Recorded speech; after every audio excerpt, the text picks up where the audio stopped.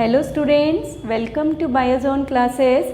मैं डॉक्टर दीपा डाह के आप सभी को बायोजोन क्लासेस के इस यूट्यूब चैनल पे कनेक्ट होने के लिए थैंक्स कर रही हूँ। और जैसा कि लास्ट सेशन से हम आयुष के काउंसलिंग से related and number of state से रिलेटेड बातें डिस्कस कर रहे थे, बट आज के इस सेशन में मैं डिस्कस करने वाली हूँ एक न्यू बिल को जो रिसेंटली गवर्नमेंट ऑफ इंडिया ने पास आउट कर दिया है। ये जो बिल है ये भी मेन जो डिस्कस करने का रीज़न है क्योंकि बायोलॉजी से मैं रिलेटेड हूँ और मैक्सिमम नंबर ऑफ स्टूडेंट्स जो बायोलॉजी सब्जेक्ट लेते हैं वो नर्सिंग के फॉर्म में भी एक ऑप्शन रखते हैं अपने पास।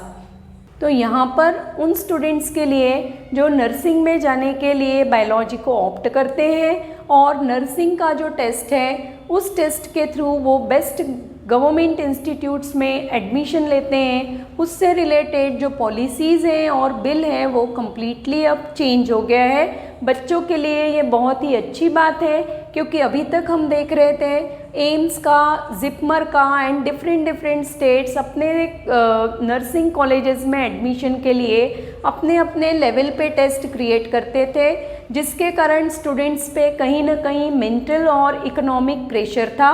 प्लस कभी कभी ये भी हो रहा था कि दो स्टेट्स की जो एग्ज़ाम डेट्स थी वो क्लैश होती थी and because of that students दोनों ही एग्ज़ाम्स में पार्टिसिपेट नहीं कर पा रहे थे। तो नंबर ऑफ मॉडिफिकेशंस के साथ स्टूडेंट्स के लिए एक बहुत अच्छी खबर है ये कि अब उनके लिए नीट के जैसे ही नर्सिंग के यूजी कोर्सेज में एडमिशन के लिए आने वाले नए सेशन से एक ही टेस्ट कंडक्ट किया जाएगा। तो यहाँ पर आप देखिए जैसा कि बोर्ड पे देख रहे हैं जो न्यू बिल आया है अपना वो न्यू कमीशन है national nursing and midwifery commission act 2020। और इसको लाने के लिए जो हमारा 73 इयर्स पुराना बिल था जिसको हम जानते थे इंडियन नर्सिंग काउंसिल एक्ट, अभी तक जो चल रहा था वो अपना था इंडियन नर्सिंग काउंसिल एक्ट। ये 73 ईयर ओल्ड एक्ट है और इसमें मॉडिफिकेशंस करके क्योंकि 73 इयर्स में हम काफ़ी एडवांस हो चुके हैं, टेक्निक्स एडवांस हो गई, एग्ज़ाम के pattern, syllabus, number of things change हो गई हैं। उन सभी चीज़ों को ध्यान में रखते हुए ये अपना नया कमीशन एक्ट 2020 लाया गया है। अब इस एक्ट में जो मेन चीज़ें बच्चों के बारे में है, बच्चों के लिए इम्पॉर्टेंट है, वही मैं आज केवल डिस्कस करूँगी। तो इसमें देखिए एक सबसे जो स्टूडेंट्स के पॉइंट ऑफ व्यू से डिस्कस करना है वो कि आपका ऑल ओवर इंडिया के लिए एक कॉमन नर्सिंग टेस्ट लाने की बात कही गई है।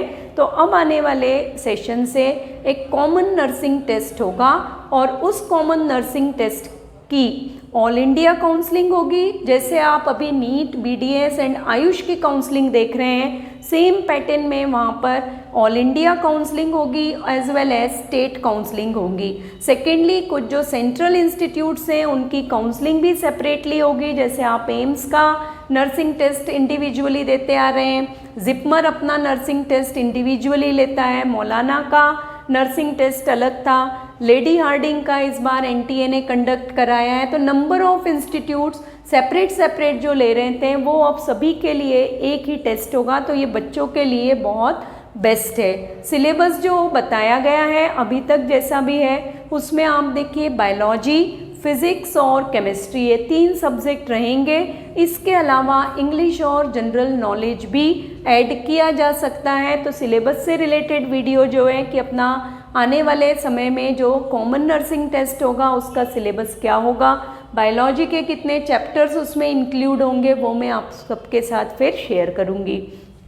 सेकेंडली आपका जो नर्सिंग का कोर्स करने के बाद इसके अकॉर्डिंग जो है फाइनल ईयर में जो स्टूडेंट्स होंगे यूजी के, नर्सिंग यूजी के और मिडवाइफरी का जो कोर्स रहेगा उसके फाइनल ईयर में जो स्टूडेंट्स होंगे उनके लिए एक एग्जिट एग्ज़ाम होगा सिमिलर टू जैसा कि मेडिकल कॉलेजेस में अप्लाई किया जाने वाला है। एक कॉमन एग्जिट टेस्ट होगा, उस कॉमन एग्जिट टेस्ट के आधार पर आप अपना फाइनल ईयर पास आउट करेंगे।